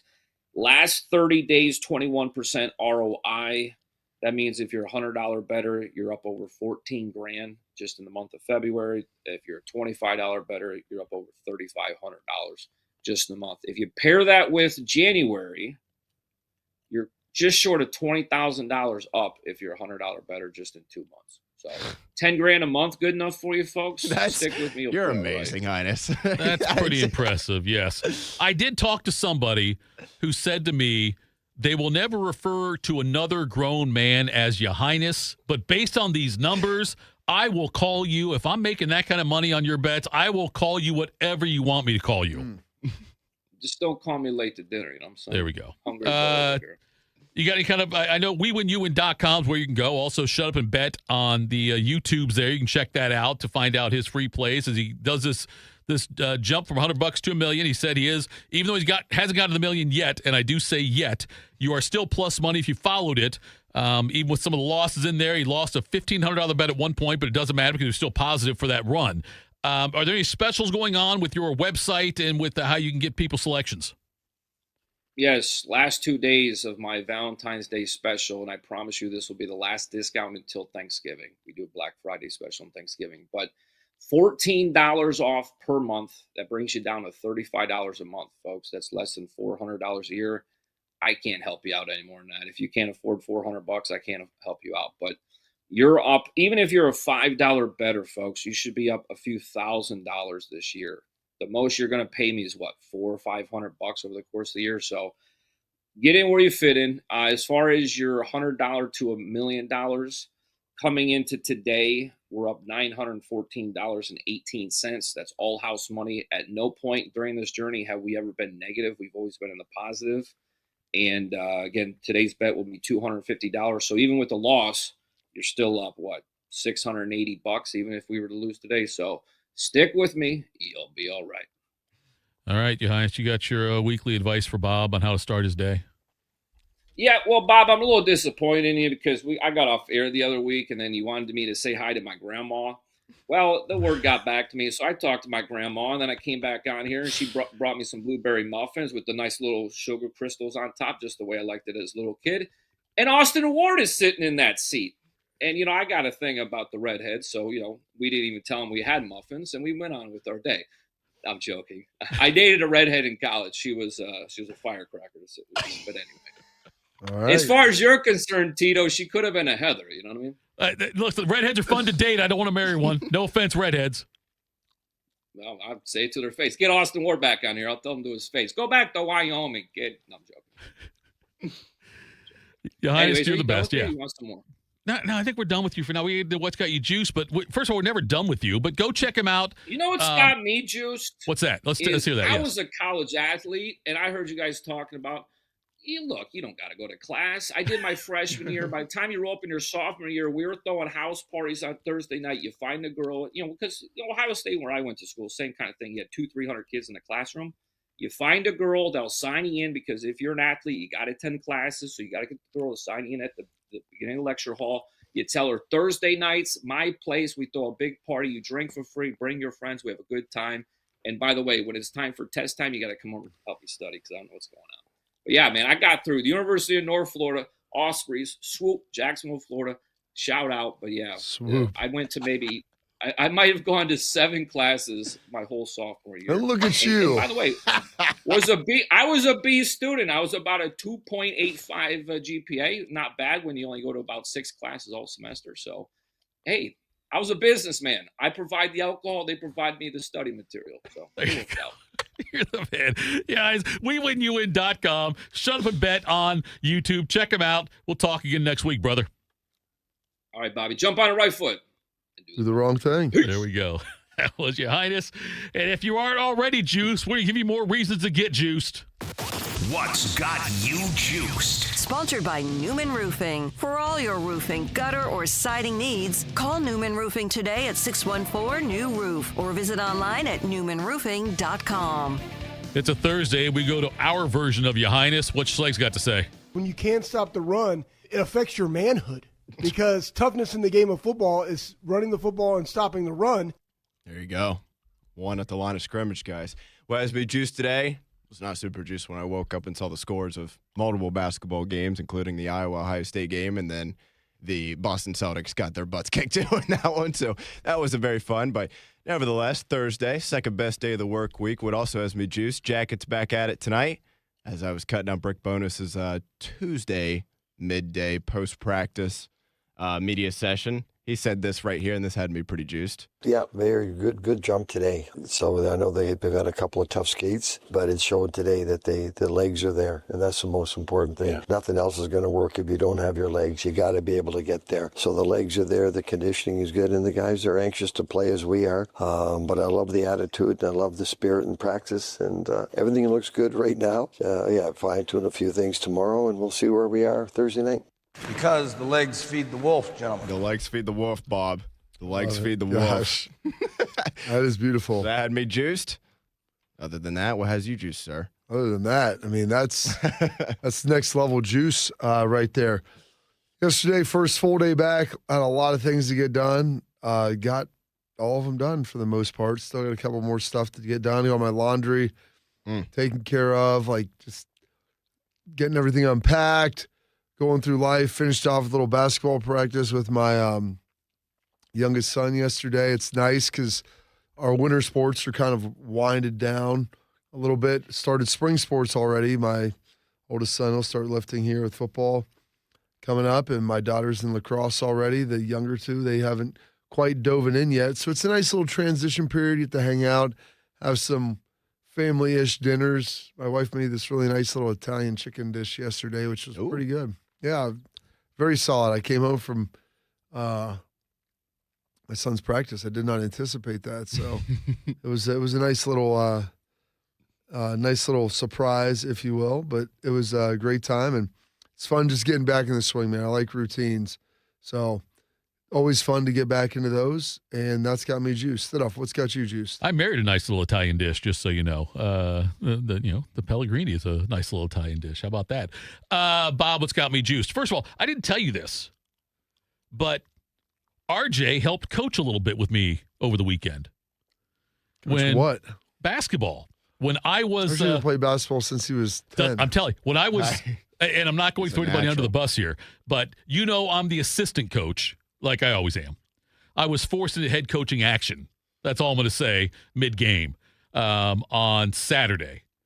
And RJ was there. New haircut, which I love. He had it all shaved down then, but comes over and starts offering me tips, stood there on the sidelines with me for the remainder of the game. So is that real? Yes. Yes, he came over. He said, hey, we got to get out of this zone. We got to go man-to-man on these guys. And he said, why aren't we pressing? Yeah, it was absolutely Did he really ask that question? He did ask me that question. Yes, he's over there with me on the sidelines. Yeah, like right next to me, shoulder to shoulder. And he's asking me, like, hey, why are we doing this? Which I loved. It was great. But he was at the game, though. And now, granted, it was a game we lost big time. My coaching didn't help out at all. RJ's, I'm not going to put it on him, but I'm saying, like, it wouldn't have mattered. The team was a lot better than our squad. But yeah, it was fun though, getting to hang out with me a little bit for the last 10 minutes of the game and having him rattle off some advice to me. It was cool. But yeah, it's I love the Carpenter children, so that was fun. That sounded creepy. I didn't mean it that way, Bob. So please don't take it that way. I was gonna say I enjoy your children, but that would have been worse probably. I like your children there. Now I got to transition from that now. What else has me juiced? I like Bodie. I got a good night's sleep last night. I think I was also in bed by about 8:30 But then I woke up several times through the night and checked scores and things like that, which I know I'm supposed to do. Websites will say, don't do that. Don't look at your screen. Bob, what's the name of the dream drug I got to take? So my dreams are more intense. It's not a drug. It's just a vitamin. Okay, what's the vitamin? ZMA. ZMA. I got to remember that one. I just remember Zima. That's all. Okay, I used to drink Zima before I went to bed. That also provided dreams. But yeah, ZMA. I'm going to look into that one. But I'm refreshed today. I feel good. I'm ready to roll with the week. It's damn near Friday already. I'm looking forward to AJ tomorrow, question mark? He's in Indy. We'll see. Okay. Is he at the Combine then? Is that where he's at? Yeah, they're doing the show from the Combine. Okay. All right. Maybe we'll get him on there too, but we'll do that though. But thank you to Ya Highness for joining us again. WeWinYouWin.com at Shut Up and Bet. I feel like Brody, it's Thursday. Brody, I feel like we should have a disclaimer though whenever we promote his YouTube thing because it's not safe for work. It's not safe for life almost. I know it's definitely not safe for work. But it's entertaining. You have to have an open mind because there are things he's going to say, like the one we just saw yesterday, that not everyone would find funny, but we found it funny. I enjoyed it. And he does take part in certain things that are now legal in Ohio, but weren't for a long time. His name's Ya Highness. I know. Pun intended. And when does he put his videos out every day? Do you know what time? Pretty early. I mean, I don't. No, usually he does it at 4:20 p.m. Oh, does he? Yes. 4:20 p.m. is the time you usually put something out. Okay, maybe it's something earlier. But I'm saying, yeah, you're right. He does do something earlier. But I think 4:20 p.m. is when he does. He makes sure he does something every day at 4:20 in honor of 420. Which the long dong bong bets. Yes, the long dong bong bets are always the best. Get those fired back up. Fired up. So thank you, Highness, for joining us. Thank you to all the YouTube chatters. We appreciate